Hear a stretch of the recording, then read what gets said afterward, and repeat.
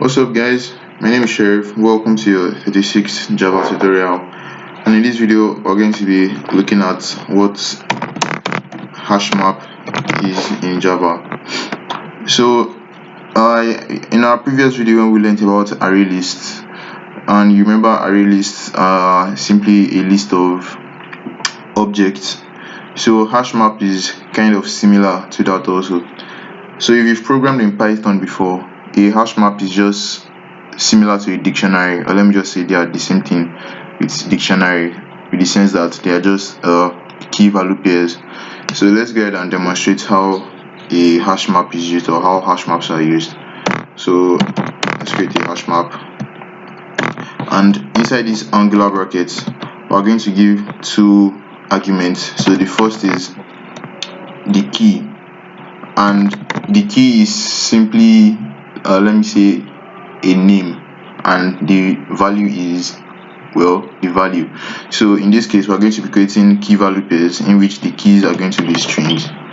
Also the keys could be anything. So let's create two hash maps. So let's make the first one to be to use string keys, and let's use integer values. So let's give it a name. So let's call it map equals to new hash map. So giving angular brackets and more brackets. So let's add our imports. Now let's make a second one, which is going to be key value pairs of integer and values of string. So let's call this one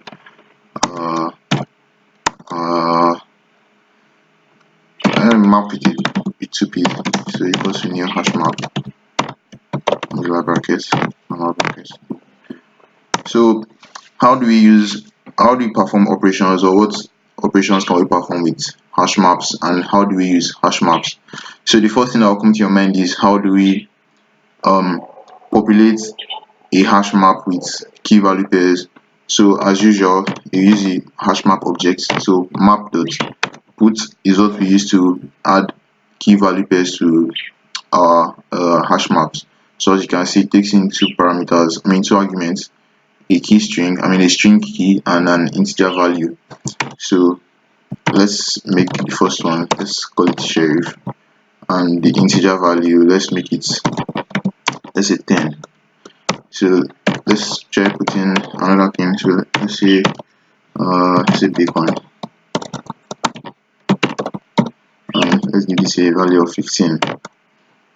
So how do we access the values inside our hash map? So all you simply do is to use the map.get. So let's try to print out.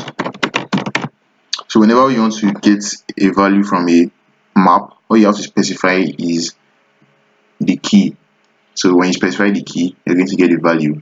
So now you see what separates a hash map from an array list. Array list is just values, but a hash map is key value pairs. So we want to get, for example, the value of Sheriff, which is 10. We use map.get, and then you give the object name, the key name. So let's run this. Now you see we get 10. So let's try to add something to the second map. So integer, so it takes an integer 10 and the value, let's say 10. So let's try printing this out also.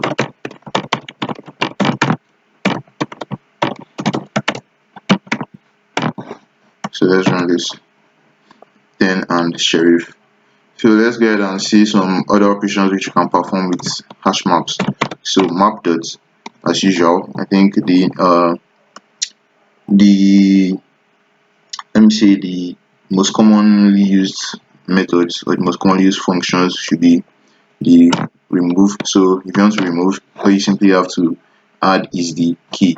So whenever you add a key, remove a key from a key, and let's try printing out Sheriff, and let's see what's going to give us. Probably a no, since we removed it. So it's going to give us a no because we already removed it. Now let's see map dot. So there's also an overloaded method for the remove.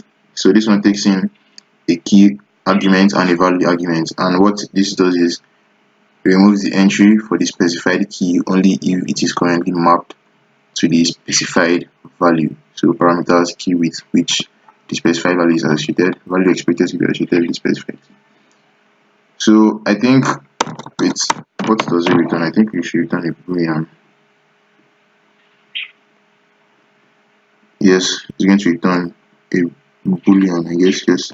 So let's see what this does. So I think what this does is let's first bounce this out. So if the if the key and the object and the value, if they exist, they're going to get removed. Else, so I think it should return a false. So it should return a false. So if we add sheriff here, it should give us a true, because now this key and this value, the pair, is found inside our map.